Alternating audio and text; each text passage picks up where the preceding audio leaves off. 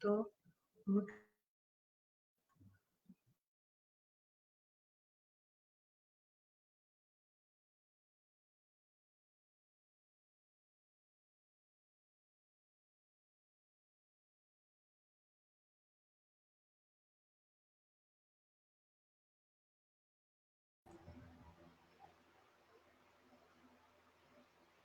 Olá, boa noite.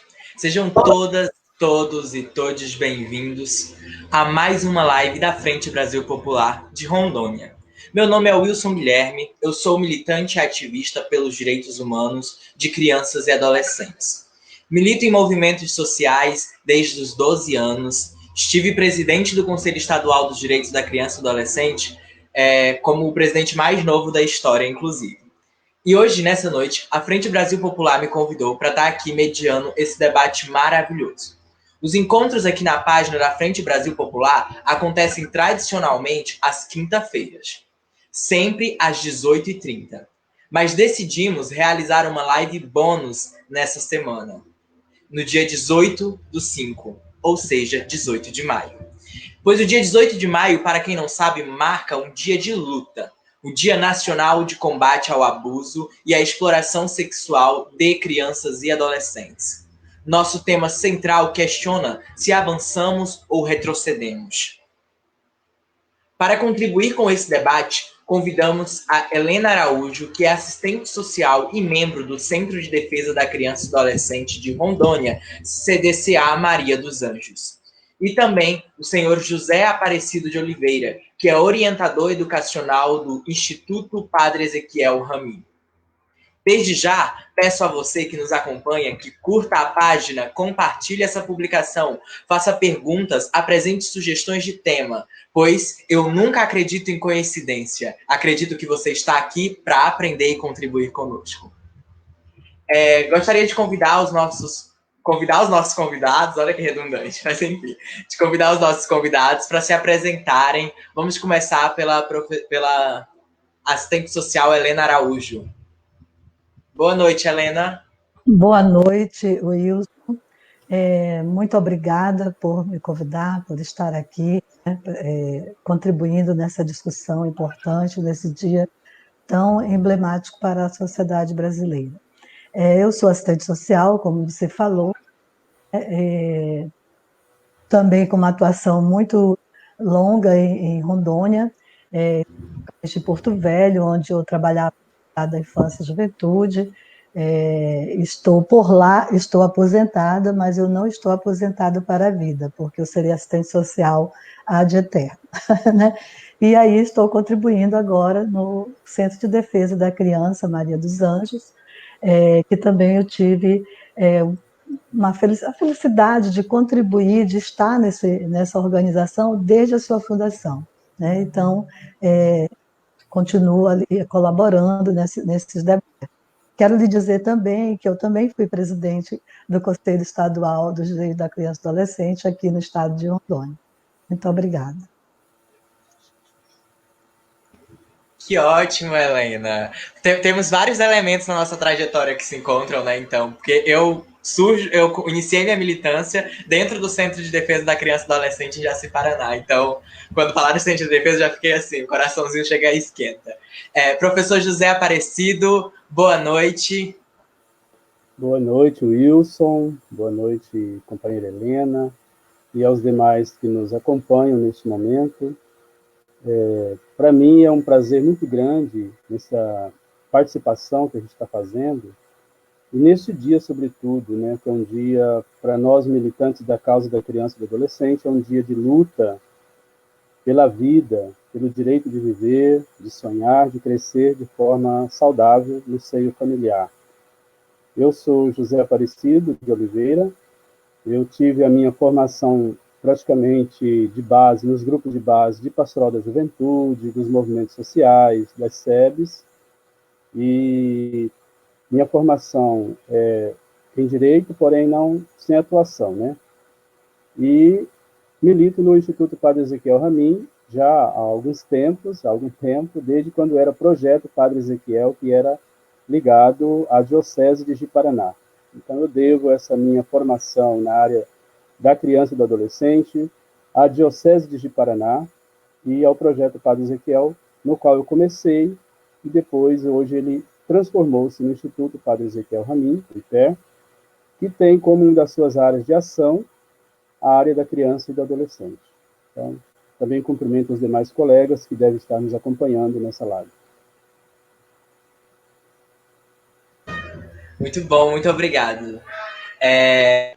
Como havíamos conversado um pouco antes aqui de entrar, acredito que a gente não pode falar do presente, desse atual momento, sem compreender o passado. Pois como falamos ontem na live, quem nos acompanhou ontem na live no perfil da Aline Mayra, quem não acompanhou ainda está lá online, podem assistir também, que as contribuições foram muito válidas.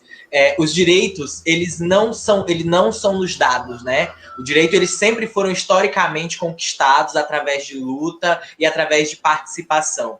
E aí eu queria que a professora Helena Araújo comentasse um pouco sobre esse processo de luta, que é tanto o Estatuto da Criança e do Adolescente, quanto esse dia 18 de maio, né? E por que surge dia 18 de maio? Então, Wilson, eu acho realmente importante que nós, ao abordarmos essa temática, que ela não venha descontextualizada desse processo histórico, né, de luta pela defesa e garantia dos direitos de criança e adolescente, não só do Brasil, como do mundo, né? Então, eu, assim, pontuei alguns fatores, alguns momentos que, acredito eu, são importantes para que nós, neste momento, uma reflexão, né? Porque a gente realmente, até pelo momento atual que estamos vivendo, que estamos passando, né? Um momento que há uma tendência a se negar alguns processos históricos, né? Alguns fatos históricos do mundo e do Brasil. Então, é importante que a gente realmente toda vez que sente para uma mesa de debate como esse, a gente construa essa linha histórica, né? Então, eu situei aqui, trago para a nossa conversa, para o nosso debate, a importância da gente situar essa discussão no contexto do século XX, né? Que, para mim, é um século que discute direitos humanos, né? Que traz para a mesa do debate, das discussões, os direitos humanos, né? E dentro desses direitos, claro, os direitos humanos de criança e adolescente. E nesse processo todo que eu marco assim, que ele se evidencia, sobretudo a partir ou no pós-guerra, pós-Segunda Guerra Mundial, né, quando as nações começam a se voltar, a se preocupar em debater, em discutir essa convivência humana, né? Eu acho interessante porque quando eu estudava, quando eu relia hoje essa história, né, eu lembrava do nosso momento atual, né, que nós estamos vivendo, vamos dizer assim, podemos dizer que estamos vivendo uma situação quase que de guerra ou de pós-guerra, né? Após a pandemia, vamos pensar nisso. Então, nesse período, meados, após a Segunda Guerra Mundial, a humanidade se organizou, né? Surgem, né? No mundo, vários organismos, como a ONU, né? Ocorrem vários fóruns de debates, várias preocupações em relação a todos os direitos, a todos os setores da sociedade. E o direito de criança e do adolescente começa, então, a germinar, vamos dizer assim, né? Começa, então, a se colocar nessa pauta, nessa mesa de debate, né? E aí, o Brasil, participando desse processo histórico, desses momentos de debate também, ele assina alguns tratados internacionais, né? Então, se comprometendo exatamente com a garantia desses direitos. E quando um país assina um tratado internacional, concordando com aquilo que aquele tratado, com aquele direito que aquele tratado, que aquele organismo, aquele documento internacional garante, esse país ele se compromete na sua política interna viabilizar aquilo que ele assinou, né? Então, podemos citar aí, no caso, a Convenção dos Direitos da Criança e do Adolescente, né? Internacional, quando o Brasil assume, e podemos também destacar que, paralelo a essas discussões internacionais, o nosso país também passava por um processo de lutas internas, de mudanças históricas, de processo de redemocratização, né? Vamos dizer assim, nós estávamos saindo de uma ditadura, né? Os movimentos sociais, os movimentos políticos, participando desse processo de mudança, de abertura política, de democratização do país, então, que culmina com a nossa carta, né, com a nossa Constituição de 88, conhecidíssima como Constituição Cidadã, uma vez que ela vai realmente garantir alguns direitos que, como você muito bem disse, eles não foram dados porque os constituintes da época eram mocinhos bonzinhos e preocupados, né? Claro, não podemos também desmerecer, né? Desmerecer, inclusive, alguns companheiros que até já perderam, companheiras perderam suas vidas, e não podemos desmerecer que aquele momento realmente culminou, havia um conjunto de pessoas que congregaram, que discutiram, que caminharam, vamos dizer, para um consenso de realmente colocar dentro de uma Constituição, dentro de um texto constitucional, algumas garantias. E eu costumo dizer, como assistente social, que a Constituição de 88, entre todas as questões que ela nos assegura, entre toda a beleza dela, a principal realmente foi a mudança do formato das políticas públicas desse país. Porque ali, dentro da Constituição de 88, nos é permitido, está dito que toda política pública desse país não poderia ser pensada ou elaborada sem a participação da sociedade civil organizada, né? Sem a garantia da participação popular. Então, dentro dessas discussões, os direitos de criança e adolescente também estão ali preservados dentro do artigo 227, onde está lá, vamos dizer assim, é o preâmbulo, né? É o que dá, que depois, no futuro, culmina com a regulamentação do Estatuto da Criança e do Adolescente, que vai regulamentar tudo que está dito ali no artigo 227, principalmente. Olha, eu tenho dificuldade de tempo, né? Se você me dá porque senão eu vou falando. Bom, então, eu cito, né, nesse processo, nesse resgate histórico, eu gostaria de estar destacando essas duas legislações nacionais, que é a Constituição de 88 e o Estatuto da Criança e do Adolescente, né? E quero também destacar da minha fala, nesse processo, a grande e efetiva participação dos movimentos sociais, né? A pastoral de menores da época, né? Os movimentos nacionais de meninas e meninas de rua, né? E tantos outros, os conselhos de categoria, Conselho Regional de Serviço Social, Conselho Regional de Psicologia, né? Todos esses organismos que contribuíram para a discussão, para a elaboração do texto e para a sua aprovação final, né?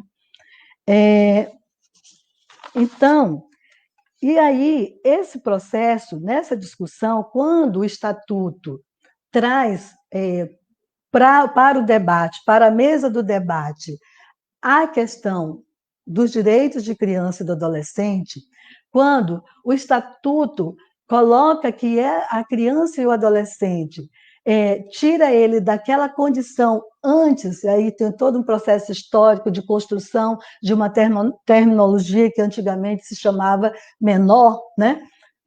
havia crianças e adolescentes de um grupo e o outro grupo eram menores, né? Então, o Estatuto também desconstrói isso aí, o Estatuto também faz essa mudança radical e passa a ser uma lei que vai garantir direito de toda e qualquer criança e adolescente do país, independente de raça, de etnia, de cor e de situação socioeconômica, né? Então, assim,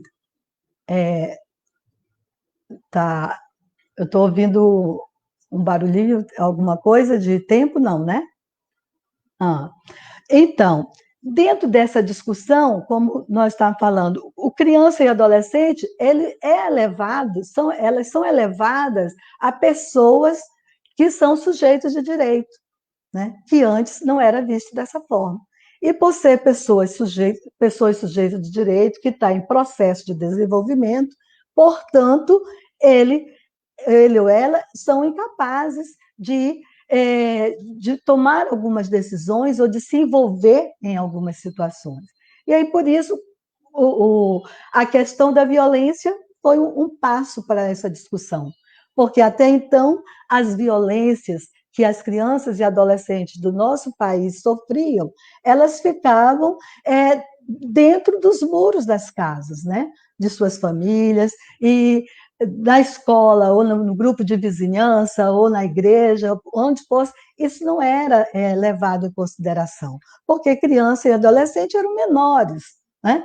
Então, assim, eles deviam obediência máxima ao adulto, né? E o adulto, que era responsável por eles, também podia fazer de tudo, né? Desde que fosse, se a justificativa fosse o de educar, né? O de colocar esse sujeito, essa pessoa, na sociedade, uma pessoa que soubesse respeitar. Então, assim, ele não tinha direito à voz e nem sentimentos, né? Nem sentimentos, porque assim, quer dizer, vocês acreditam que não, né? Mas a gente tem uma geração que apanhava e ainda se mandava ficar calado, né? Não pode chorar e nem pode falar para ninguém. Bom, então, avançando um pouco nisso, a discussão da violência, né? As questões sobre a violência, elas se tornaram evidentes. E a violência sexual também vem junto, porque se é impossível se falar das várias violências sofridas por criança e adolescente, imagina falar sobre violência sexual, né? Esse tabu que até hoje ainda existe, né? Que até hoje, aí, acredito que nessa live nós vamos chegar no momento de falar dos retrocessos, que nós vamos chegar exatamente a esse ponto, que quando nós conseguimos colocar isso na pauta de debate, isso na pauta de discussão, dizer sim, nós temos que falar sobre direitos humanos de criança e adolescente, sobre a questão da sexualidade, temos que garantir, temos que falar com ele, aí vem um outro caminho aí dizendo que dessa forma não é para ser feita, né? Então, isso a gente vai falar. Pois é, nós vamos falar depois, né? Então, aí eu gostaria de destacar, em 2000... Sim. Professora. Bom, oi.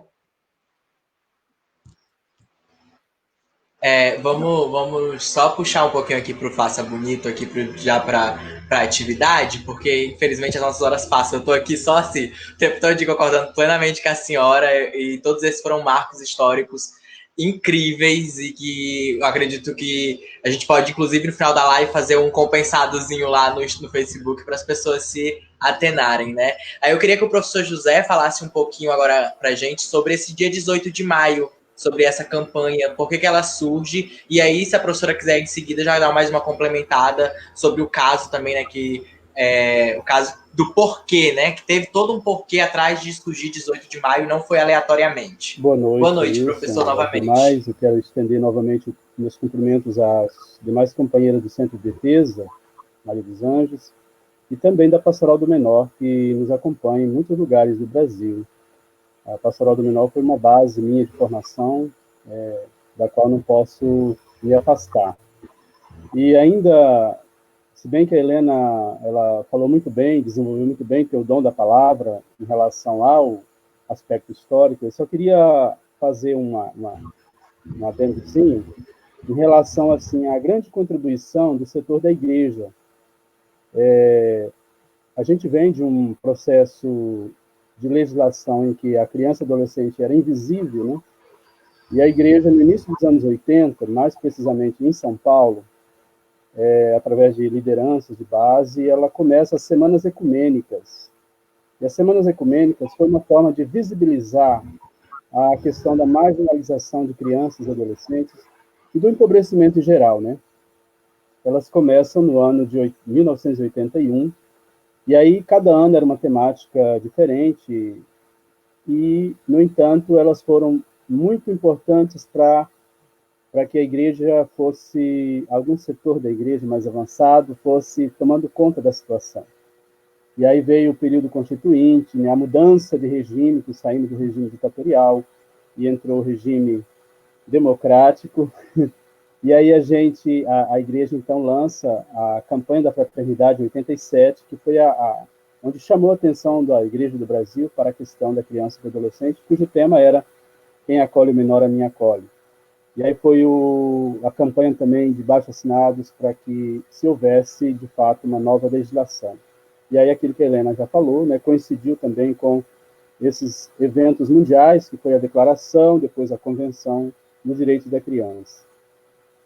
E aí a igreja deu essa contribuição muito eficaz no sentido de a gente refletir nas bases e fazer sentir esse problema como algo que é nosso, que nos pertence.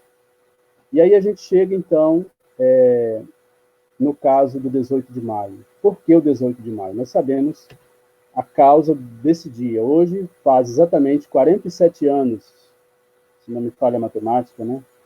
Onde a menina Araceli, de 8 para 9 anos, foi brutalmente abusada, estuprada, violentada e morta. E, apesar da crueldade do fato, que chamou a atenção de todo o Brasil e alguns lugares do mundo, o caso continua impune, porque a gente sabe que envolveram pessoas da classe média alta, filhos de gente importante, né, do lugar, lá de Cariacica, de Vitória. Agora, o que mais preocupa, e assim a gente fica pensando, é que de 73 até o ano 2000, foram 17 anos, não é isso? Para que o caso fosse reconhecido pelo Estado brasileiro, o dia fosse reconhecido pelo Estado brasileiro como um dia, uma data civil de luta nacional pelo combate à exploração sexual de crianças e adolescentes. Então, demorou tanto tempo, e a gente sabe que mesmo que as organizações civis, da sociedade civil, tenham feito muitos trabalhos, muitas ações foram feitas, muito enfrentamento foi feito, mas o Estado em si, ele reconheceu isso e foi sob pressão, nós sabemos disso, a partir do ano 2000, que foi instituído, então, o Dia Nacional de Combate ao Abuso, Exploração e Violência Sexual contra Crianças e Adolescentes.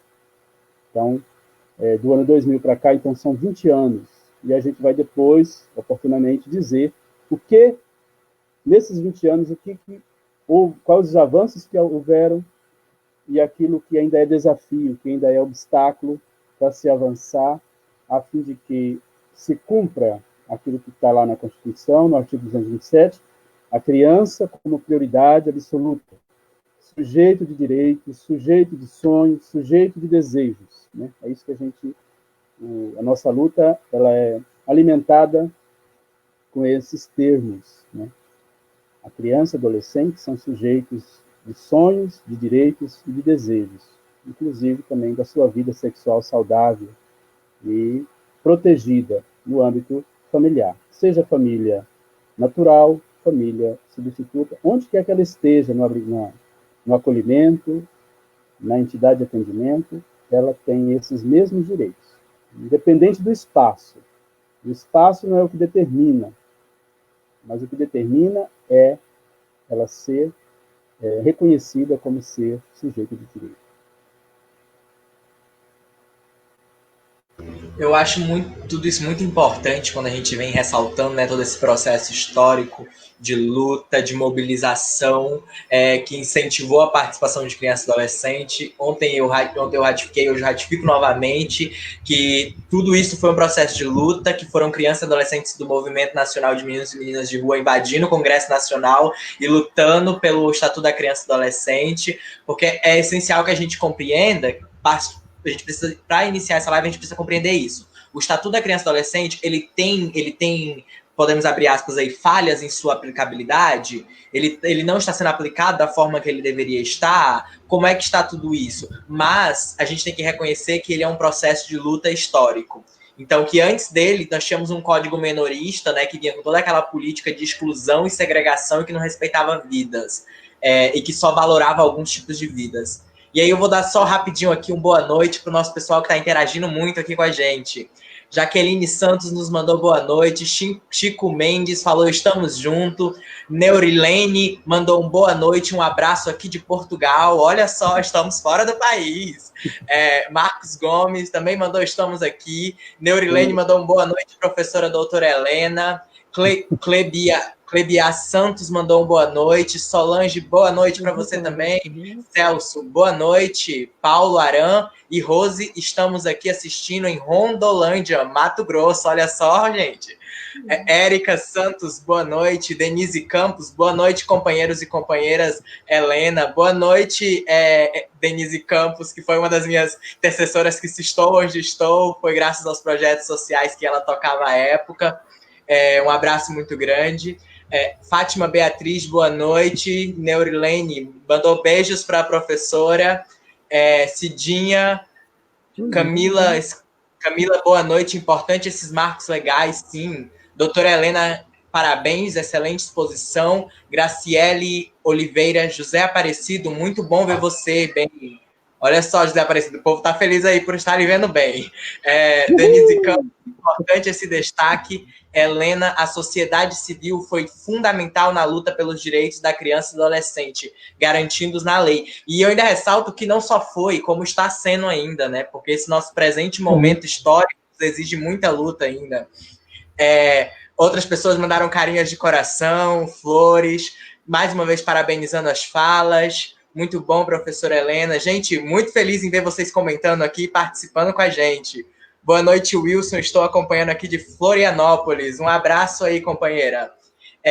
Seguindo os nossos diálogos aqui, a primeira pergunta aqui, mediadora do nosso diálogo, como vocês avaliam o nosso atual cenário brasileiro no combate ao abuso e exploração infantil? Nossas medidas estão sendo suficientes para barrar os tristes índices? Como começamos na outra vez com a professora, vamos começar agora com o professor José Aparecido, e aí em seguida a professora já pega também essa mesma pergunta para responder, ok? Teve uma falha aí na voz, na tua pergunta, que eu não estou com o texto de mão aqui para ler. Pode repetir, por favor? Tranquilo, posso repetir. Como vocês avaliam nosso atual cenário brasileiro no combate ao abuso e exploração infantil? Nossas medidas estão sendo suficientes para barrar esses tristes índices? Então, enquanto organização social, nós, do Instituto Padre Ezequiel Ramin, a avaliação que a gente faz é a seguinte: acho que a gente tem legislação suficiente já para o enfrentamento, né? E, por um tempo, se a gente vai ver um pouquinho a trajetória do Estatuto da Criança e do Adolescente, ou um pouquinho que antecedeu o Estatuto, as mobilizações, a gente estava num período muito fértil nas organizações sociais. A sociedade civil, ela tinha sede de mudança, tinha sede de transformação. E foi o suficiente para a gente, olha só, a transformação que fomos capazes de fazer. Nós viemos de um período de ditadura, onde tinha um código de menores que tratava da doutrina da situação irregular. E a gente foi capaz de fazer uma mudança, uma inversão tão grande, a ponto de estarmos na lei maior do país, na Constituição Federal, como sujeito de direitos, reconhecidos como sujeito de direitos. E daí para cá, a partir do ECA, do Estatuto da Criança e do Adolescente, muitas outras leis surgiram no cenário no ordenamento jurídico brasileiro. Então, eu penso que, da parte da legislação, nós temos conteúdos legais suficientes. Agora, eu penso que está faltando a gente ter aquele mesmo pulso, enquanto organização civil, dos anos 80, final dos anos 70, 80 e 90, onde a gente tinha, assim, uma correlação de forças, havia uma sintonia de forças, havia um sentimento de mudança e um sentimento de pertença. Eu penso que a gente precisa aprimorar as ações, agora que a gente tem, com esse avanço, né, de a gente conseguir ter outras organizações que estão do nosso lado, as escolas, como em geral, estão do nosso lado. Eu penso que a gente precisa de alinhar um pouco essas forças que a gente tem, positivas, e a gente fazer um relançamento da luta. Eu penso que a gente precisa melhorar, isso é indiscutível, precisamos de melhorar o cenário. O cenário ainda houve avanços, reconhecemos os avanços, as mudanças, mas o cenário ainda é desolador em muitas partes. Tem regiões do país que a gente está com um índice melhor de desenvolvimento, digamos, de promoção de direitos, e tem outras regiões do país que a gente sabe que, historicamente, são regiões que têm um direcionamento político diferente, né? No coronelismo ou no voto de cabresto. E a região norte ela não tá diferente desse cenário, de uma região onde precisa haver mais um empenho da parte, digamos, tanto das organizações civis, acho que deve haver uma melhor comunicação e sintonia de forças, e mais ainda em relação ao poder público. A gente percebe, nesse Estado neoliberal, o Estado ele se diminui na promoção dos direitos. E ele se agiganta na repressão. Infelizmente, é um Estado que ainda demonstra um monstro para reprimir, mas na promoção da dignidade dos direitos, ele ainda é mínimo, Estado mínimo.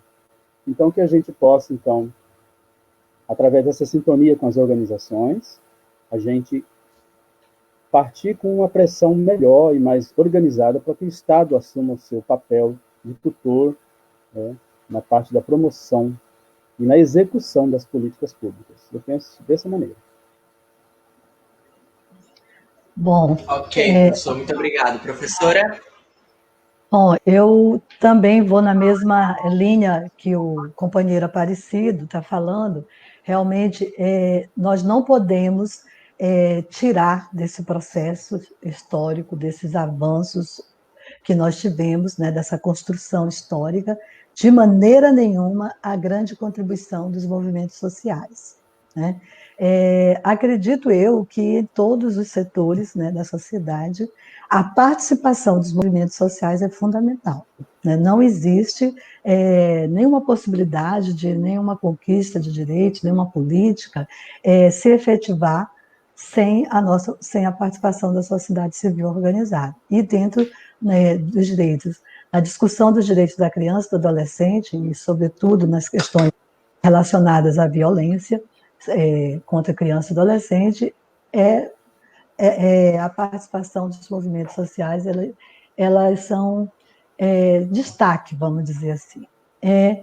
Acredito também, um outro ponto que é importante da gente ressaltar nessa discussão, nessa questão que tu nos faz, é que o Estatuto vai completar 30 anos, né? 30 anos para a efetivação de uma lei dentro de um Estado, né, de um país que vem, né, num caminhar, né, que vinha de uma ditadura e que abriu, né, politicamente, democraticamente, é muito pouco, né?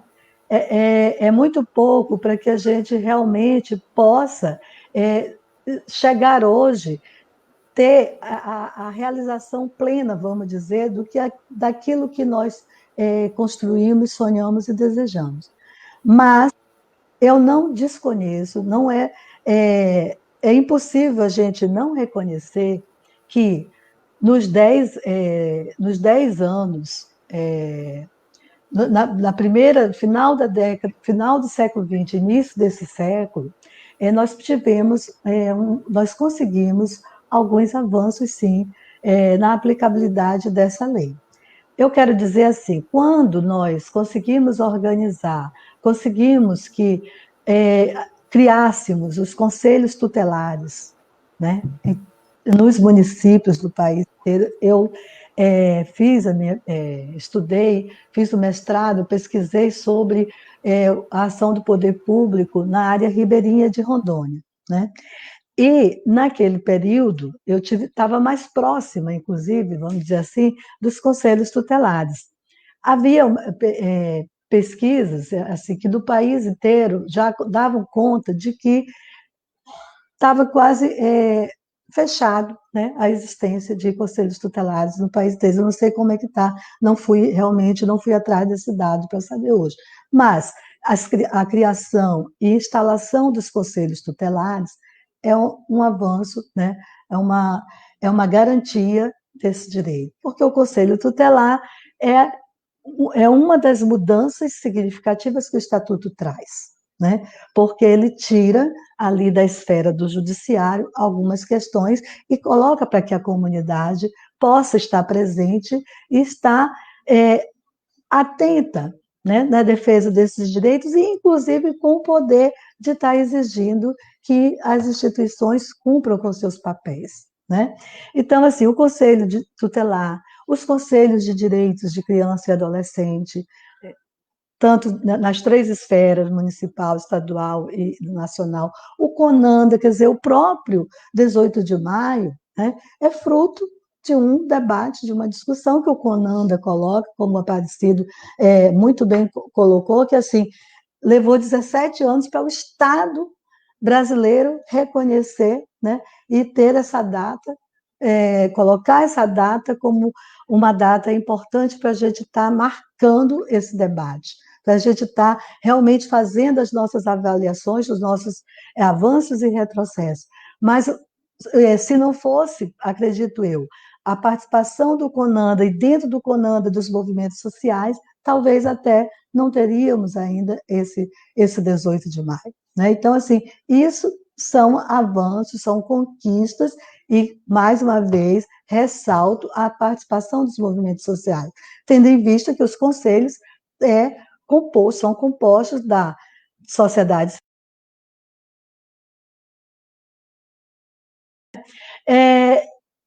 e também as leis, as legislações que também surgiram a partir desses debates. Uma das mais recentes é a lei de 2017, que está discutindo, que dispõe sobre a questão do sistema, de como funcionar o sistema de garantia de direito para as crianças vítimas de violências e que são testemunhas também de violências. Então, assim, esse Estado vinha se organizando, isso dentro dessa política, com suas dificuldades, mas nós vínhamos conseguindo, pelo menos, pautar as principais questões e conseguir alguns avanços nessa questão. Infelizmente, nos 3 últimos anos para cá, a gente não pode deixar de falar sobre isso, né? Nesses 3 últimos anos, com as eleições, essa discussão, ela tende a ser, ela está hoje abalada, né? É preciso que nós, do movimento social, que a sociedade civil, encontre novas formas, inclusive, de estar puxando esse debate, de segurar esse debate, de não deixar que aquilo que nós conquistamos, que realmente se esfacele por completo. Mas o que está posto nos 3 últimos anos, inclusive quando esse governo atual assume com um propósito, inclusive, de quebrar os próprios conselhos, de desmerecer, né, a legalidade de um conselho como o CONANDA, né? E assim vai descer a reboque nos demais conselhos. Então, essas questões todas que estão sendo colocadas nesse momento e que é preciso que a gente fique atento, porque nós sabemos que o Estado brasileiro, o Estado neoliberal brasileiro, o formato, inclusive, o caminho que nós estamos vendo, a direção que está sendo tomada, não é de de reconhecer direitos de criança e adolescente, muito menos de qualquer ser humano, né? Haja vista as questões aí que nós estamos vivendo no momento atual com a política pública de saúde, né? Esse desmando, infelizmente, nós temos um presidente que ele quer reinar de modo absoluto, autoritário, né? Então, assim, Professor, é muito esses reflexos, né? Quando a senhora fala, por exemplo, sobre os conselhos tutelares, que são os órgãos essenciais para para o zelo, né, para a manutenção dos direitos da criança e do adolescente, aí eu trabalhei durante 3 anos na Secretaria de Estado de Assistência Social, especificamente como assessor de conselhos tutelares, fazendo esse monitoramento no nível do Estado e verificando como estava essa aplicabilidade, né? E aí, até o 2018, aproximadamente, nós tínhamos aqui no estado 58 conselhos tutelares. Quando foi no início do ano passado, em Tarilândia, que é um distrito de Jaru, que tinha um conselho tutelar por um processo de luta histórico, né, que o município fazia, não tinha em si portabilidade de pessoas para se criar, mas em um processo de luta da comunidade tinham se garantido a criação de um conselho tutelar a mais. E aí, nesse processo, o que aconteceu? Retiraram esse conselho tutelar, que já atuava já há anos, e que tinham casos muito grandes comparado ao do município, que faziam tanto atendimento quanto ao da cidade de Jaru mesmo em si, né? Então, assim, quando a gente foi lá fazer esse acompanhamento, né, porque chegou a denúncia para o Conselho Estadual na época, quando eu estava presidente, e aí a gente foi verificar o quantitativo de casos e quais eram as alegações eram meramente políticas, meramente estratégicas de economia do município, né? E aí eu lembro muito bem que até uma conselheira na época de direito estadual falou assim que a que preço estamos extinguindo políticas públicas, né? A qual finalidade? Porque eram mais de 100 casos que tinham aquele conselho tutelar atendendo. Então, assim, seriam mais de 100 crianças que precisariam ir para Jaru, que é aproximadamente, acho que quase uns 100 quilômetros de distância ou mais, se deslocar para lá para poder fazer alguma efetividade de denúncia, né? Então, assim, quão bárbaro estamos e avançamos, parece que estamos passos para frente e uma cordinha puxando passos para trás. Tem muitos registros aqui, pode falar. Wilson, então, aí como que nós garantimos os direitos de criança e adolescente se a gente fecha um conselho tutelar, né? E se a gente coloca nessa distância? Aí, vou citar até aqui o exemplo do local onde eu habito, né? Que é Porto Velho.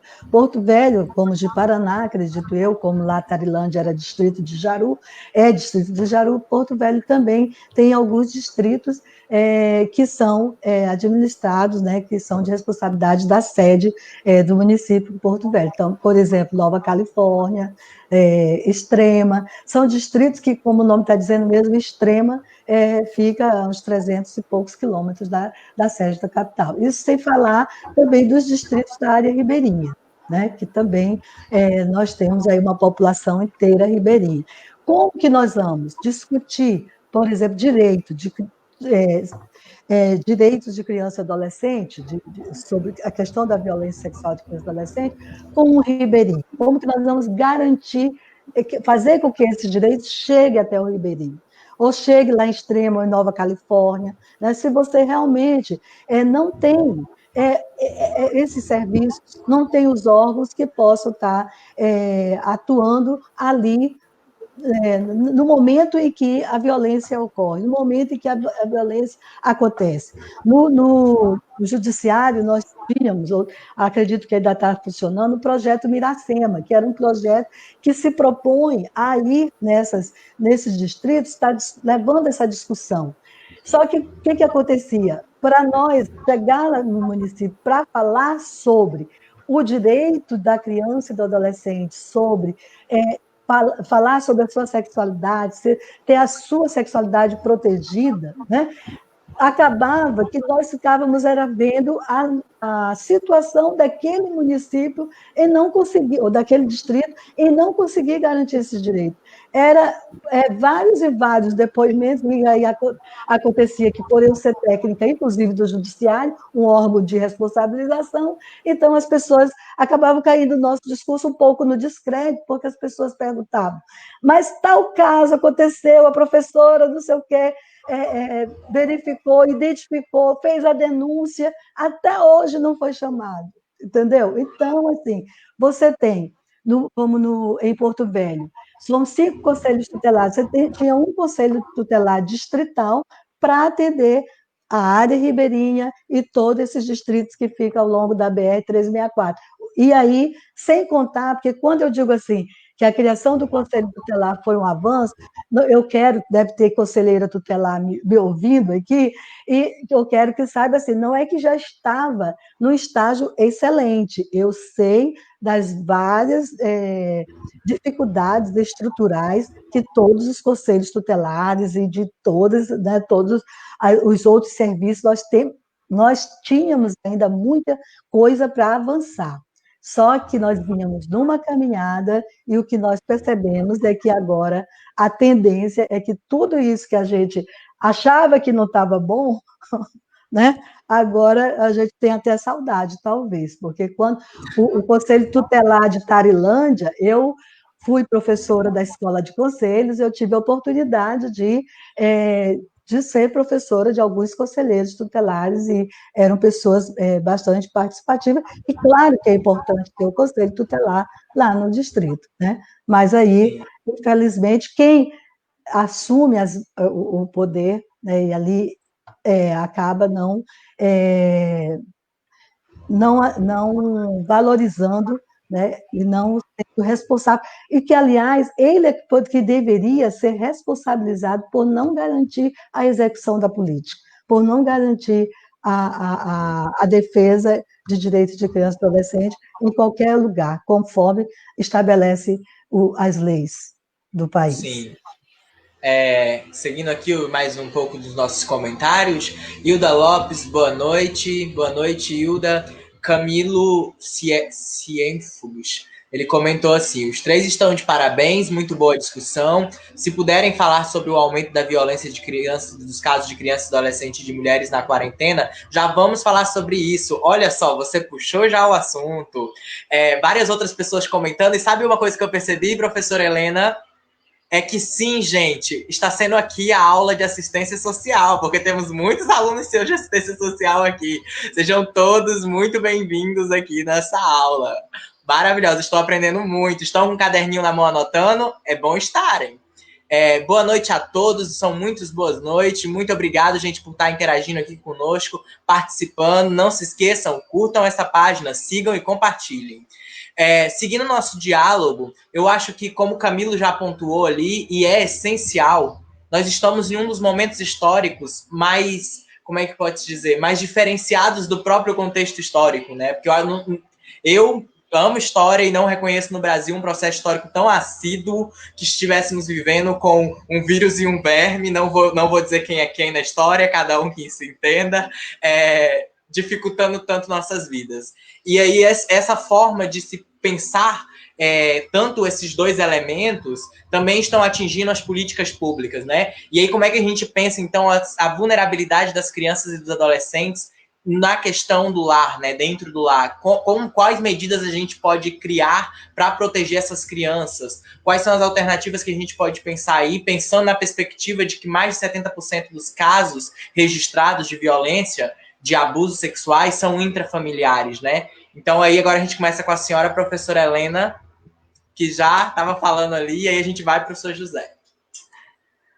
Bom, o Wilson, é um momento realmente nunca na história desse país, nunca vivemos pelo menos no meu tempo de vida, né, e do que eu sei da história, realmente é um período muito, eu diria, estranho, né, porque assim, e gostei da sua relação do verme com o vírus aí, né, como que nós vamos, tem horas que eu fico pensando na bondade desse vírus, que eu espero que ele nos ajude a combater o verme.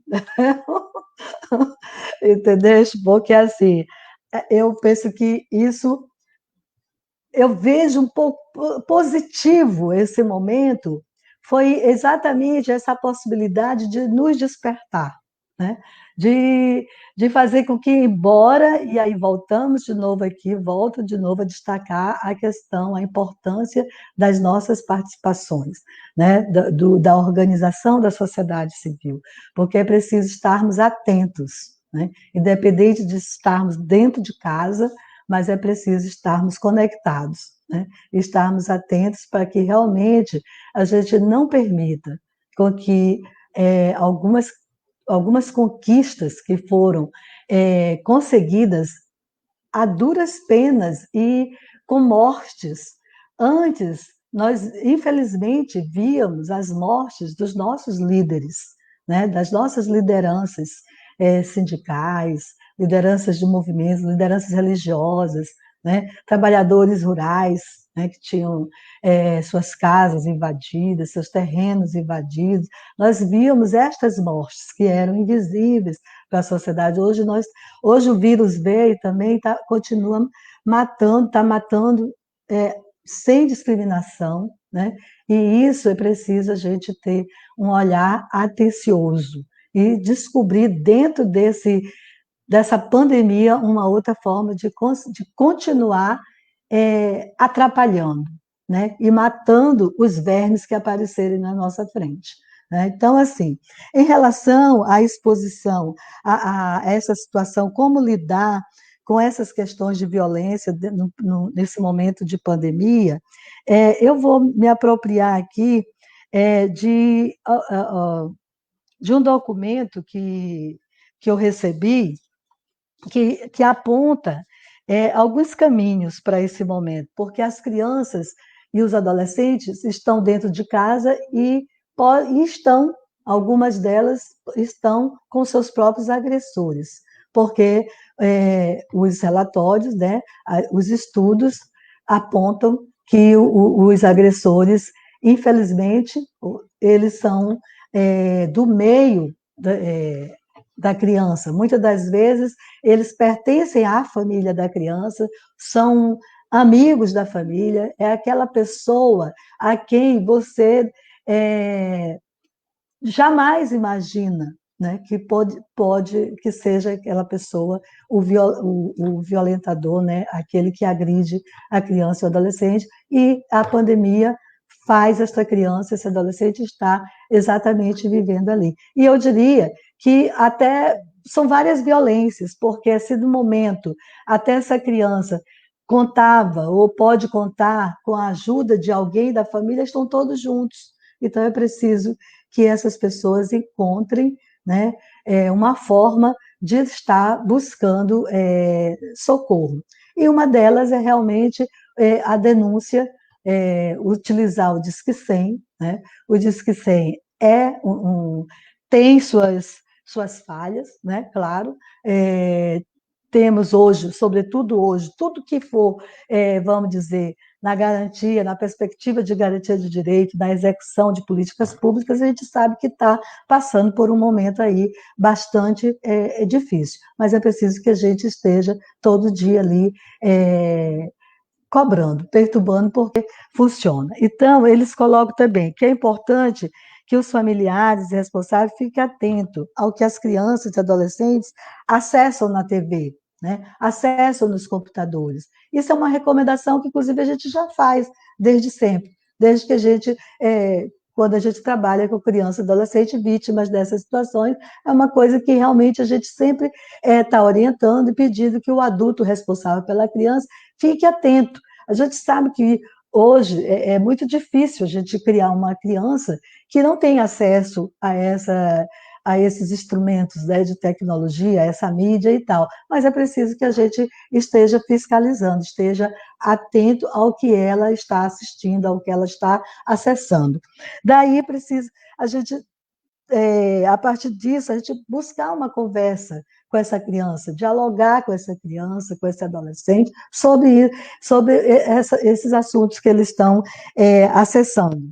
E procurar, inclusive, assistir, né, com o seu filho, com sua filha, com o neto, neta, né? Você procurar assistir para ver o que é e discutir, né? Conversar, discutir no sentido de conversar, de dialogar, de orientar. Essa é uma temática, inclusive, que deve ser conversada na família, porque esse é um dos retrocessos, inclusive, que nos últimos 3 anos vem tomando conta, vamos dizer, do cenário do debate dessa questão no Brasil, porque quando nós avançamos na perspectiva do direito, da possibilidade de se falar sobre isso livremente, em casa, na escola, na igreja, né, e todos os espaços onde a criança e o adolescente participe, tenha acesso, a gente colocar essa temática como discussão. Nos últimos 3 anos, infelizmente, a política governamental é de não se discutir isso, porque virou um tabu, né? Isso é o professor que está falando sobre pênis, sobre vulva, está ensinando o meu filho a praticar sexo, quer dizer, mistura sexo com sexualidade, né? Mistura, não procura se informar ou não quer se informar e acaba ampliando tabus que já tínhamos quebrado, vamos dizer assim, que nós já tínhamos desde os anos 60, quando as mulheres rasgaram os sutiãs, né, parecido, aí, e nós fomos avançando nesse processo, agora volta-se de novo, porque não se deve, e são assuntos que não se conversa com criança. Se não conversa com a criança, como é que ela vai saber se defender? Como é que ela vai fazer uma diferença entre uma carícia que um pai ou um tio, um irmão mais velho, um professor, alguém, ou uma professora, que não vamos dizer aqui, colocar só, né, no gênero masculino, mas assim, que uma pessoa adulta ou que tenha uma relação de superioridade a ela, está fazendo uma carícia, fazendo um toque que, como é que ela vai saber qual é a diferença? Se é um carinho ou se é um toque sexual, um toque prazeroso que dá prazer a esse adulto ou a esta pessoa que está fazendo. Então, é preciso, são questões que têm que ser conversadas na família. E, no momento de pandemia, acredito eu que, mais do que nunca, estas famílias, elas têm que se de alguma maneira, nós temos que empoderar essas famílias para que esse debate esteja ali, realmente na sala, que a gente possa estar conversando. E explicar alguns limites.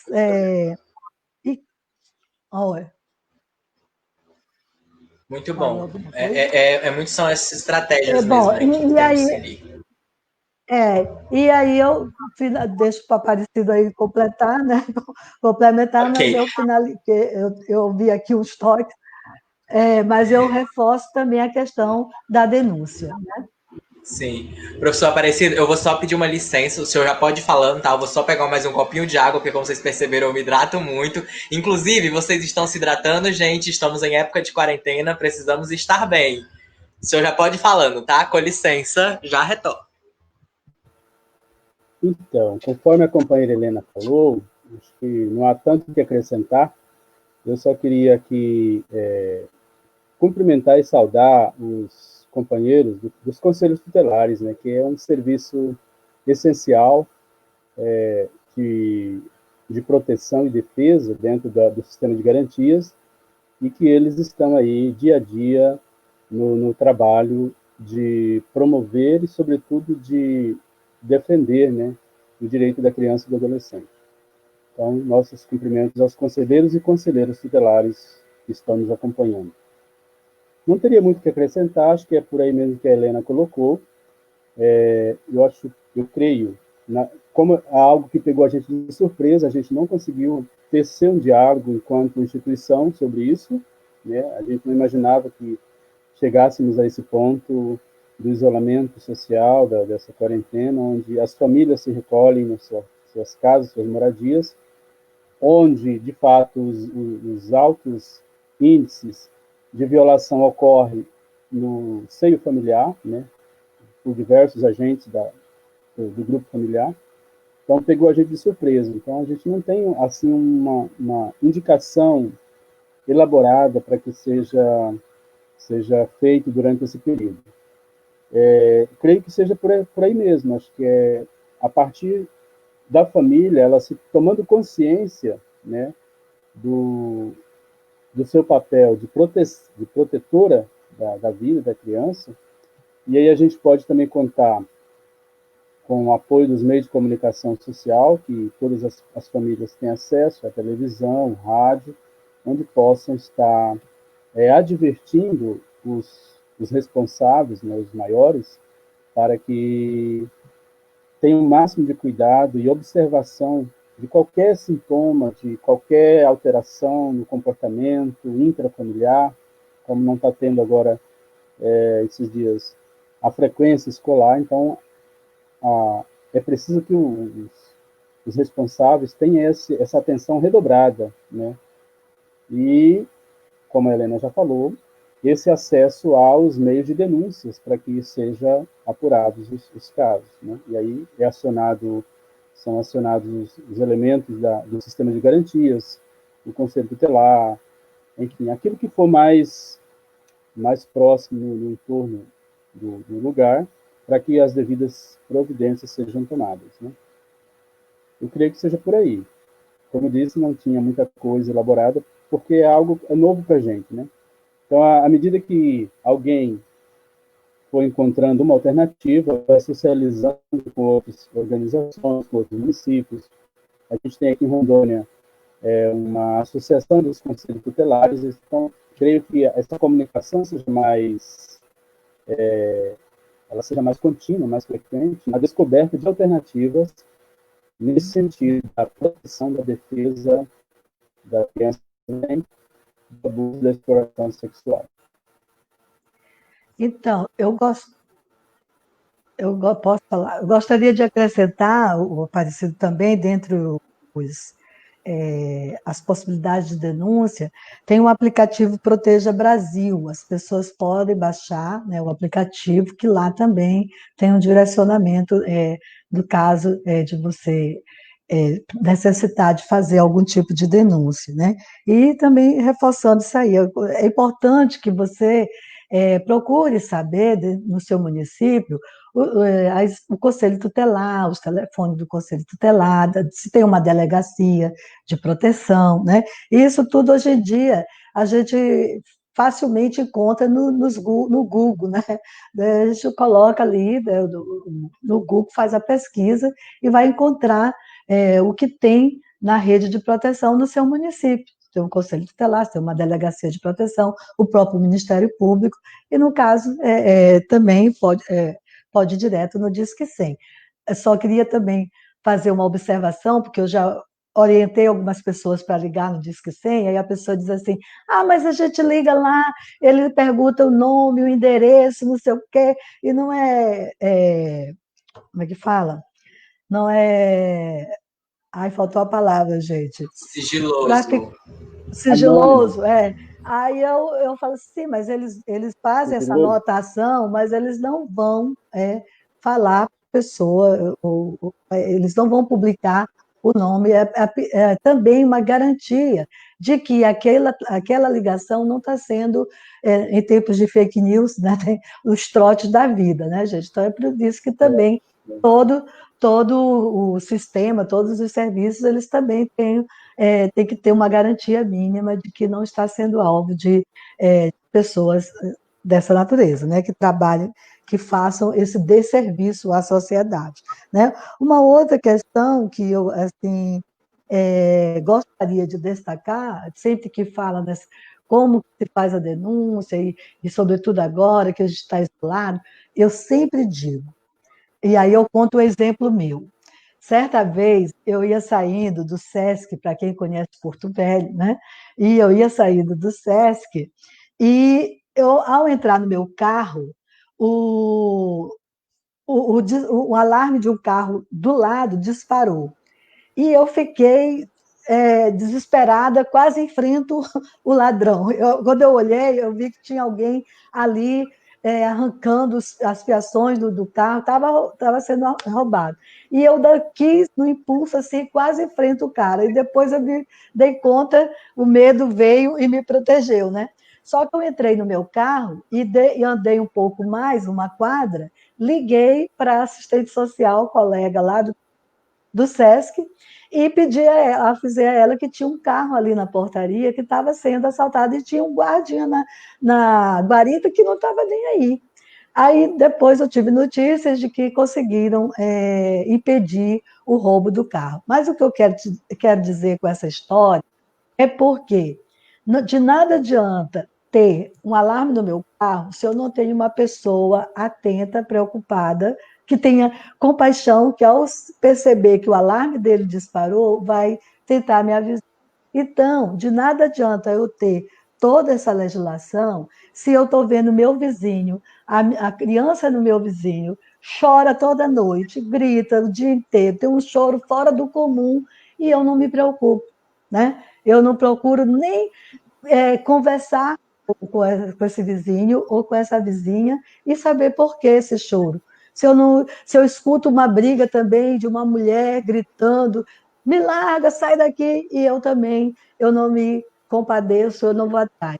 Em briga de marido e mulher, não se mete a colher assim, a gente não vai lá meter a colher entre os dois, porque a gente pode também morrer junto com aquela mulher, mas a gente deve sim pegar um telefone, ligar imediatamente e pedir socorro para aquela criança, para aquele idoso, para aquela mulher, para qualquer ser humano. Então, assim, essa é uma opinião também minha, que eu penso que a defesa somos nós mesmos que temos que fazer também, de ficar atento com o outro, ou com a outra. Já dizia Caetano Veloso, é preciso estar atento e forte, não temos tempo de temer a morte. E dias tenebrosos, dias temerosos que nos arrodeiam, temos que tentar manter a esperança, puxar o ânimo e lutar porque é nós por nós. Se a gente não faz, eles lá também não vão fazer. Dentro de toda essa perspectiva, eu venho da área do protagonismo infantil, né, dessa participação, dessa eloquência, então eu nunca consigo participar de algum rolê sem trazer uma sugestão, ainda mais na área do enfrentamento à violência sexual, que foi a área que eu iniciei particularmente, porque Jaci Paraná, para quem é de Porto Velho sabe, que nos altos ápices da usina, estava lá com os percentuais de abuso, violência e exploração lá em cima, explodindo a cidade. E aí, um dos métodos que eu acho mais importante para esse momento é os métodos de autoproteção. Porque, assim, uma das coisas que nós mais temos é o abuso intrafamiliar, como bem já foi falado pelos dois debatedores, e que esse abuso, ele é uma das coisas mais difíceis, porque, ainda mais em período de pandemia, porque a criança vai denunciar para quem? Para o próprio abusador, e aí é uma lógica, inclusive, que a professora Helena estava falando muito sobre a questão da nossa legislação de educação sexual, e que as pessoas rebatiam e diziam que não podia, porque isso tem que ser feito pelos pais.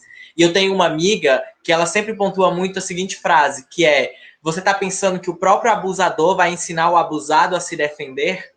Essa lógica, gente, ela é uma lógica que não se aplica, porque é a mesma coisa que você pensar que é a mesma coisa que você pensar que o assaltante, eu vou usar um caso mais pouco extremado, mas que eu acho que, enfim, um assaltante vai vir e vai te ensinar como se defender dele mesmo. Então, assim, não faz sentido. Então, alguns métodos de autoproteção que eu recomendo, o primeiro é o Pipo e Fifi, da Carolina Arcari, que teve até uma formação aqui em Porto Velho com a rede de enfrentamento sobre. O outro é uma musiquinha muito fofa, que é, inclusive, chiclete, fica na cabeça, mas que ajuda a criança a compreender o corpo dela, que é O Seu Corpo é um Tesourinho, que ela tem uma melodia muito bonita e traz uma mensagem muito incrível para essa criança. E um terceiro é O Que Abuso é Esse?, que foi feito pela Shildon e pela TV Futura. São vários episódios super lúdicos, super numa perspectiva infanto-juvenil e que vem para ajudar a criança e o adolescente a compreender as nuances do abuso. E aí, chegando no nosso final da nossa live, sim, gente, infelizmente estamos caminhando para o fim. Eu não queria largar vocês, o debate está tão maravilhoso, mas temos que caminhar para o fim. Caminhando no fim, mas que não é um fim que nos encerra, é um fim que começa, porque a luta ela não para por aqui. O dia 18 de maio é todo dia, gente. Isso é uma coisa muito importante que a gente precisa frisar. Todo dia, Marias, Joanas, Joaquim são violados sexualmente. E aí, eu queria que vocês falassem um pouquinho sobre os 30 anos do Estatuto da Criança e Adolescente que a gente completa esse ano.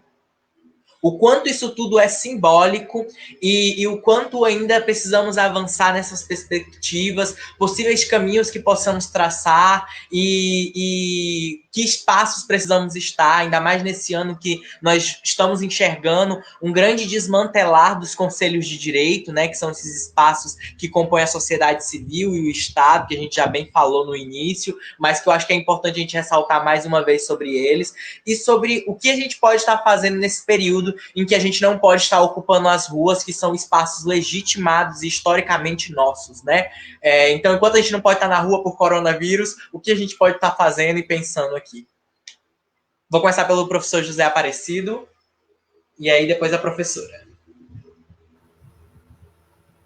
Então, é uma bandeira que a gente precisa de reerguê-la, né? Eu penso que nós, enquanto sociedade civil, a gente teve esse momento bonito da conquista e depois a gente parece que deu uma estacionada, né? Com certeza nós estacionamos porque eu acho que o momento de conquistar, a gente tinha energia suficiente para a gente, como eu disse anteriormente, nós estávamos em mudança de um regime e fomos capazes de resistir e de propor algo tão grandioso como é o Estatuto da Criança e do Adolescente, que é a doutrina da proteção integral.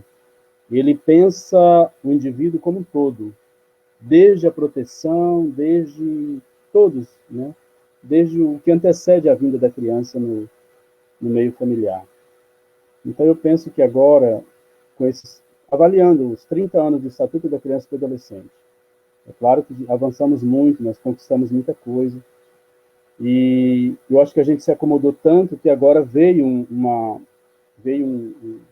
sistema de governo, digamos assim, repressor, quase que semelhando os tempos do Código de Menores, e a gente não está não está encontrando entre nós, organizações civis, formas de inovar essa conquista. Eu acho que a gente tem que inovar essa conquista para a gente superar os muitos desafios que a gente tem. Eu consegui elencar aqui alguns desafios que a gente precisa de fazer o enfrentamento, né?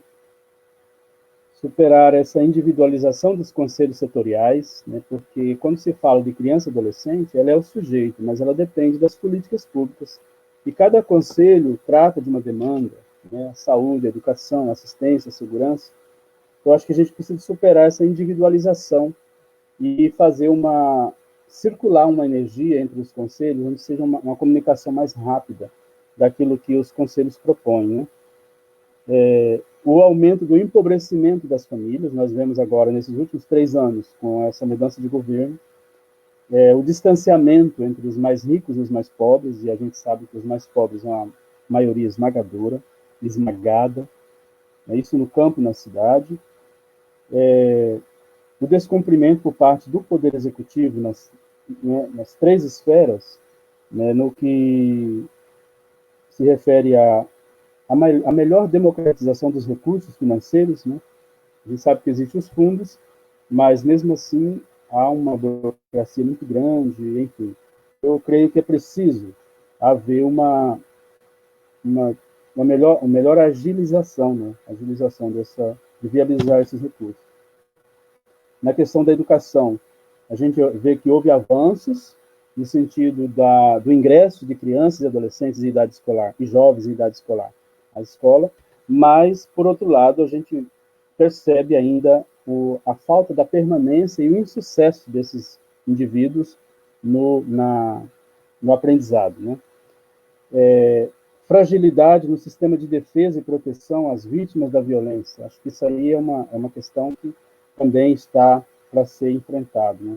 O Estado ainda é incapaz de dar respostas à questão do cumprimento das medidas de internação, eu digo aí no campo das medidas socioeducativas, né?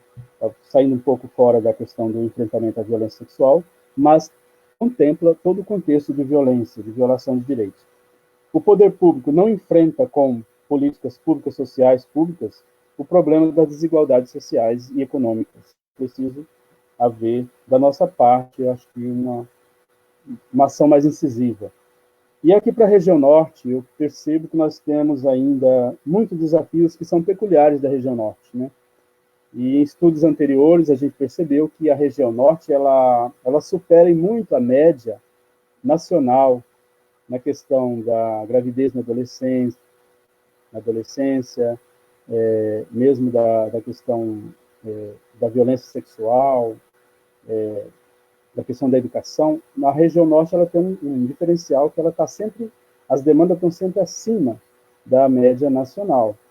Então, aquilo que eu tinha comentado antes, é uma deficiência política dos governos, e também a gente acaba um distanciamento da base das organizações sociais.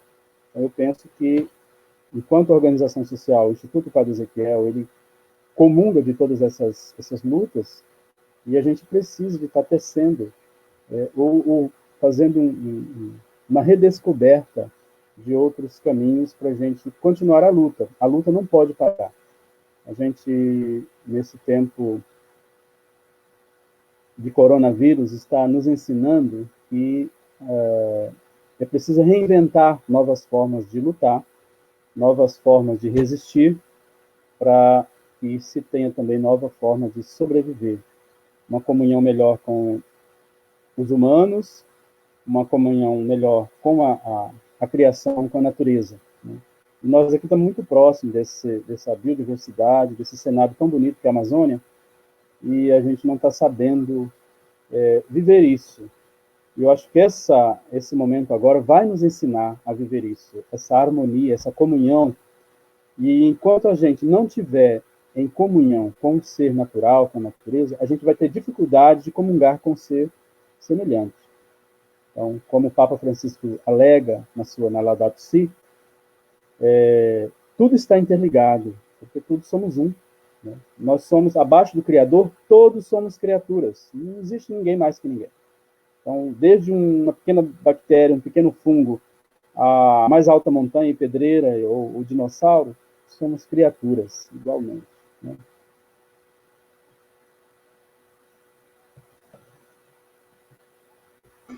Professora, mas ainda não é a fala final de vocês, tá, gente? Então ainda não se dispersam. Pera aí, ainda vou abrir o espaço para a consideração final.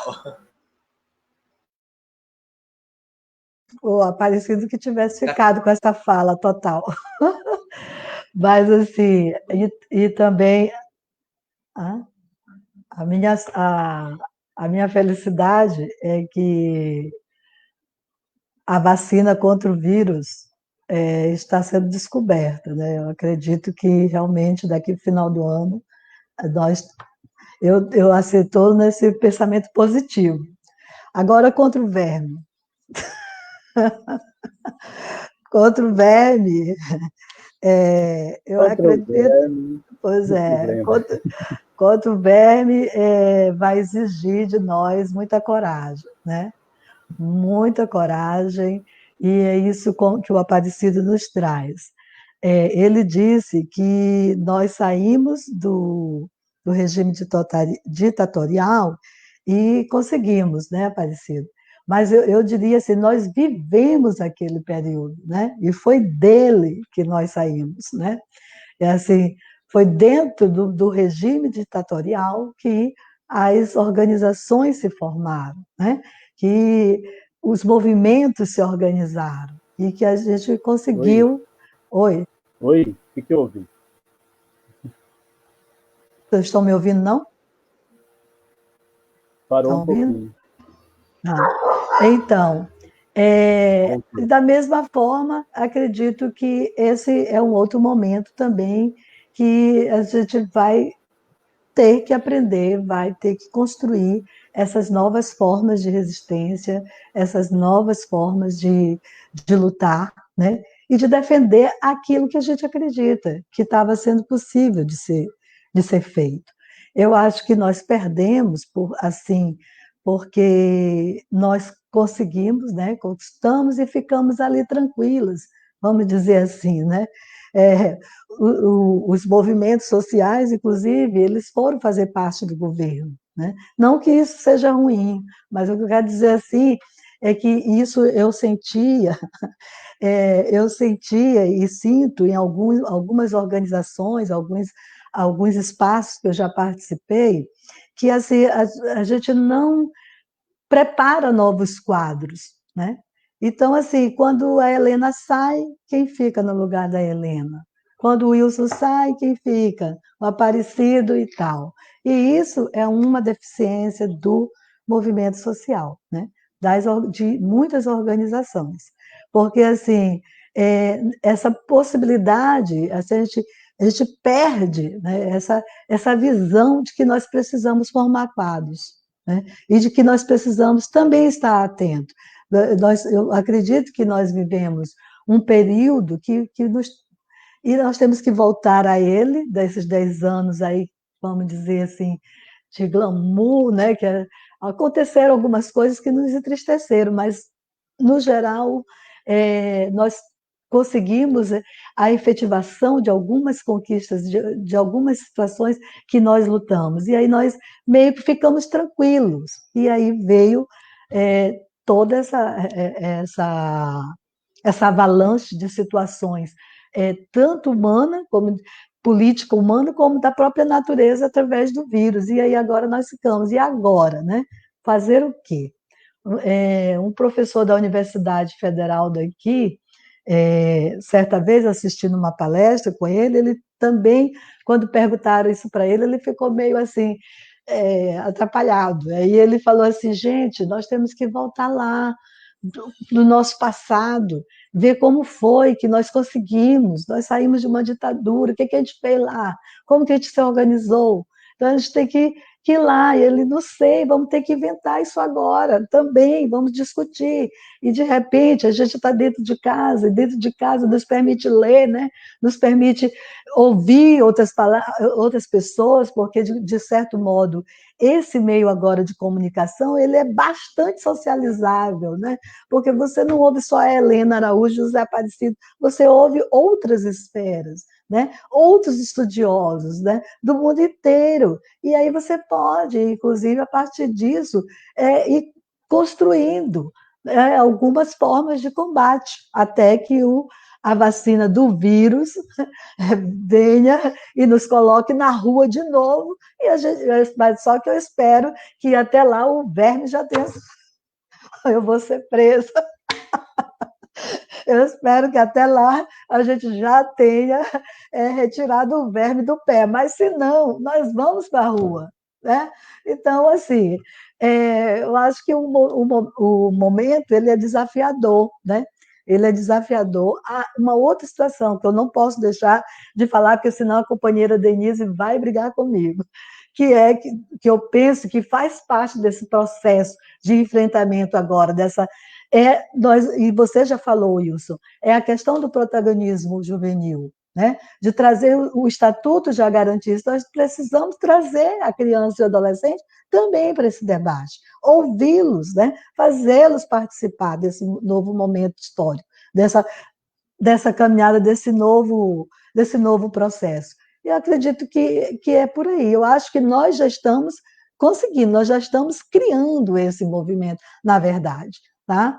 E eu, na hora que disserem assim, vamos à rua, com máscara, com luva, com tudo, eu estarei lá, eu estou pronta para estar lá na rua, entendeu? Eles vão, nós vamos também, tá bom? Era isso que eu gostaria de contribuir nesse momento. Para quem não sabe, o Wilson Guilherme, além de tudo, além de apresentador aqui, gente, eu tô amando ser apresentador de programa aqui, ele é poeta e eu amo muito poesia. Eu vou citar uma poesia agora que não é minha, mas que eu acho que pra gente ir caminhando nesse final aí, nas considerações finais, e aí vocês já vão pensando nas considerações finais de vocês. Muitos nomes para minha dor. Os palavrões que ele me apelidou desde pequena têm nome, violência moral. As ameaças de morte que ele me faz diariamente têm nome, violência psicológica. As surras que ele me dá e que se alternam dia sim e dia não, e às vezes até mesmo todos os dias, têm nome, violência física.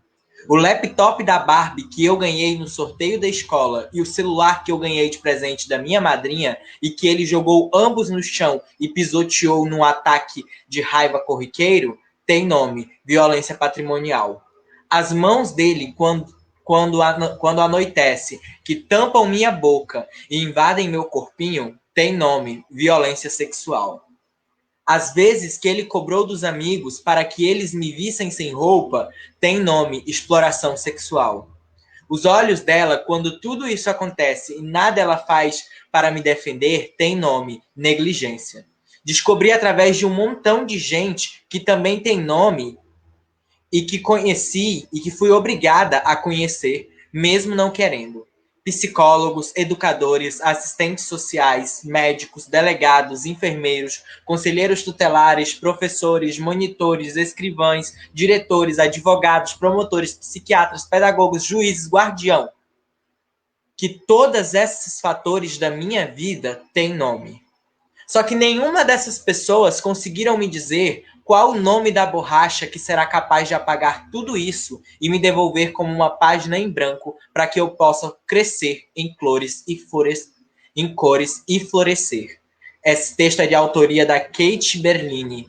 E eu acho um texto incrível, eu já carrego ele comigo já há 5 anos, porque eu acho que é um texto que nos faz relembrar que para muito mais além, e isso é uma coisa que eu estou trazendo muito no período de coronavírus para as pessoas, que é, para muito além de dados, números e percentuais, são vidas, são pessoas, são vivências, são nomes, são um fulaninho ou uma fulaninha que você conhece.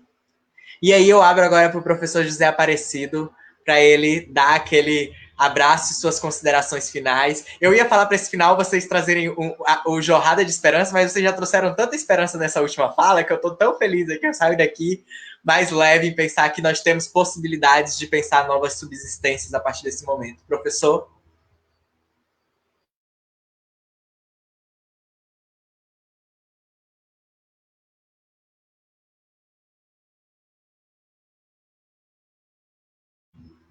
Seu áudio está fechado, professor. Foi. Oi? Não, tá aberto. Tá aberto. Foi, agora estou te ouvindo.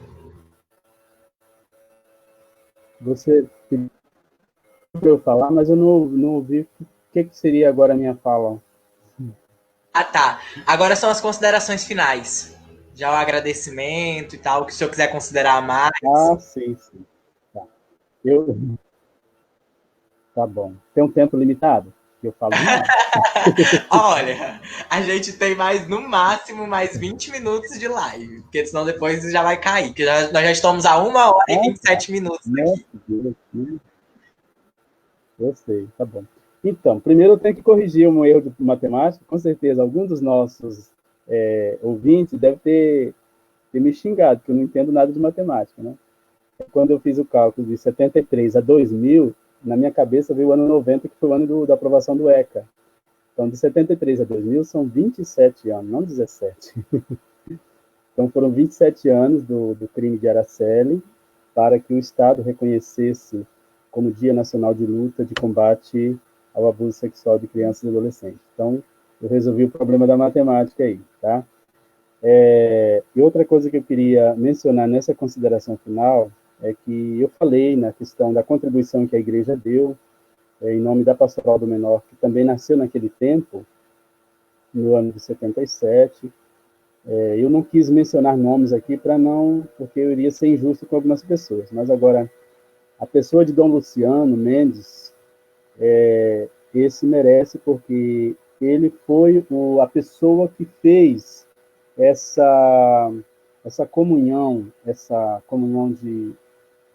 essa interligação entre a igreja daquele tempo, daquele contexto, com os meninos e meninas de rua. Ele com algumas pessoas, agentes de pastoral, assistentes sociais. Então ele fez essa via de mão dupla, onde os sentimentos iam da igreja para a rua e da rua para a igreja. Eu digo, de algum setor avançado da igreja. Então, Dom Luciano foi uma pessoa com quem a gente teve a possibilidade, a oportunidade de conviver enquanto pastoral do menor. o anjo bom das crianças e adolescentes. Eu aprendi muito com ele e creio que a igreja também deve muito a esse homem, né? Eu não podia deixar de mencionar essa figura tão importante naquele contexto que atravessamos, né? Que hoje ele, com certeza, daria também a sua contribuição para a gente atravessar esse período dessas duas pandemias, né? Tanto do coronavírus quanto do verme. E a consideração que eu deixo nessa participação, para mim foi inédito, né? Uma experiência inédita e que me ensinou bastante. Eu aprendi muito. A Helena foi uma das minhas professoras na parte da luta dos direitos da criança e do adolescente. Ela não sabe, mas ela foi, juntamente com as colegas que eu a conheci também do Centro de Defesa, que antes fazia parte do CBIA, que era o Centro Brasileiro para a Infância e Adolescência. Então, temos muitas, né, que eu não vou citar nome, porque eu vou esquecer de algumas, mas o CBIA contempla aquelas meninas com quem o projeto Padre Ezequiel pôde contar muito, né, naquele momento de formação, em que o estatuto estava sendo implementado. E depois eu pude participar diretamente, sendo aluno da Helena, quando eu fui conselheiro estadual pela Diocese, pelo projeto Padre Ezequiel, e a Helena esteve presidente naqueles períodos. Eu aprendi muito com aquela caminhada, né? Pude avançar um pouco mais o meu olhar para mais além daquilo que era o trabalho que a gente fazia na instituição, na entidade, né? Na Pastoral do Menor. E hoje, enquanto Instituto Padre Ezequiel, estamos mantendo a nossa metodologia de trabalho, e existe uma área especial, que é a área específica, né, da criança e do adolescente, com que a gente dinamiza. Foi falado aí, a Helena falou, da questão do protagonismo juvenil. Nós apostamos muito nessa questão do protagonismo infanto-juvenil, e foi o protagonismo juvenil com esse embalo que nos lançou para a criação da Escola de Cidadania aqui, através do Instituto Padre Ezequiel. Então, ela começou ainda enquanto era o projeto Padre Ezequiel na Diocese, e hoje, como Instituto, a gente continua. Infelizmente, deu uma parada agora, mas a gente com a esperança de retomar em breve, e é o espaço de discussão desses assuntos, né? A partir do ECA, da Constituição Federal, a gente colocar a criança e o adolescente como uma pessoa capacitada ao seu nível, da sua altura, para que ele, com seu linguajar, possa estar influenciando na escola, na comunidade, na família, e acelerando um pouco esse grau de consciência que a sociedade precisa. Nós temos várias experiências positivas de meninos que saíram da escola e dinamizaram dentro do Conselho Municipal do seu município, criando comitês, dinamizando as campanhas, enfim. Há vários relatos positivos dessa participação. Então, a gente vê isso aí como uma luz. Como diz Frei Carlos Mestre, essa luz ela não está no fim do túnel, ela está dentro do túnel onde nós estamos atravessando. No lugar que nós estamos, a luz tem que estar. Cada um de nós é um ponto de luz, um ponto luminoso. Então, é essa esperança que a gente carrega. A gente imagina que no passado, há 30 anos, a gente estava trazendo esse instrumento de luta. Hoje, aquelas pessoas que se tornaram sujeitos, hoje estão, de fato, exercendo o sujeito de direitos através dos grupos de protagonismo juvenil, de escola de cidadania, de comitês juvenis, enfim. A própria escola convencional é um espaço também para esse crescimento, né, da criança e do adolescente, e a família, como a lei já traz, como a primeira instituição responsável à família. Então, deixo aqui em meu nome e do Instituto Padre Ezequiel um abraço fraterno, companheiro e solidário a todas, mulheres e homens, crianças e jovens, lutadores e lutadoras desta Rondônia, desta Amazônia e deste Brasil. Tá? E que a gente passa, a luta segue junto com a gente, mas os lutadores de ontem e de amanhã prosseguirão. Na memória e também com os pés no chão. Muito obrigado, professor José Aparecido, por todas as suas contribuições. Fique aí com a gente que a gente vai encerrar todos três juntos no final. Professora? Sim. Professora Helena? Então, eu também quero agradecer mais uma vez, né, a oportunidade de estar aqui dialogando com vocês, de ter o Aparecido aí do meu lado, da frente, né? Aqui a gente conversando. Realmente conheço o Aparecido, acho que dos idos de 98, quando eu ingressei, né, entrei na minha primeira gestão no Conselho Estadual do Direito da Criança e do Adolescente. Ele sempre foi um parceiro, né? Assim, a gente sempre pôde contar com ele nessas discussões, nesses debates, né? Então, muito me deixou feliz quando eu soube que estaria com você nesse diálogo, Aparecido. Muito obrigada. Obrigada ao Wilson Guilherme também. Eu já te conheci também, acho que depois que você falou é, do seu convívio com o Centro de Defesa, eu lembro de você em algum dos espaços de debate, de discussão, eu lembro de suas colocações, né? Também agradeço a oportunidade que me foi dada e a confiança pelos colegas do Centro de Defesa da Criança e do Adolescente Maria dos Anjos, né, que realmente confiaram, né, acreditaram e me indicaram para estar aqui nessa live. Peço desculpas porque devo algumas falhas, algumas coisas, porque como é um momento novo, né, diferente esse debate, né, e eu sou uma pessoa que gosta de estar falando e interagindo, olhando a pessoa, né, que ainda bem que a gente ficou aqui na tela, né, se vendo, isso me deixou um pouquinho mais tranquila, mas eu gosto da interação com o público, né. Mas, assim, é, acredito que eu pude, né, falar um pouco desse momento, falar das conquistas que nós tivemos com o Estatuto da Criança e do Adolescente, com a nossa Constituição, com as leis que vieram após